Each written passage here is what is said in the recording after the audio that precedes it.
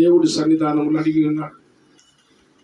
మోషేతో మాట్లాడిన దేవుడు నాతో, నీతో, మనతో మాట్లాడుతూ ఉన్నాడు. ఈ ఉపవాస ప్రార్థనలు ప్రతి ఒక్కరి ప్రార్థన దేవుడు వినాలని ఆశపడుతున్నాడు. ప్రతి ఒక్కరిని విడిపించాలని, ప్రతి ఒక్కరి ప్రార్థన దేవుడు ఆలకించాలని ఆశపడుతూ ఉన్నాడు.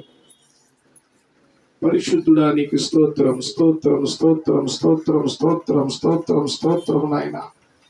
ప్రార్థన చేసుకుందాం. స్తోత్రం నాయన. సర్వోన్నతుడైన మా తండ్రి, కృప కలిగిన మా యేసయ్య, నీకు వందనాలు, స్తుతి, స్తోత్రాలు చెల్లిస్తా ఉన్నాం.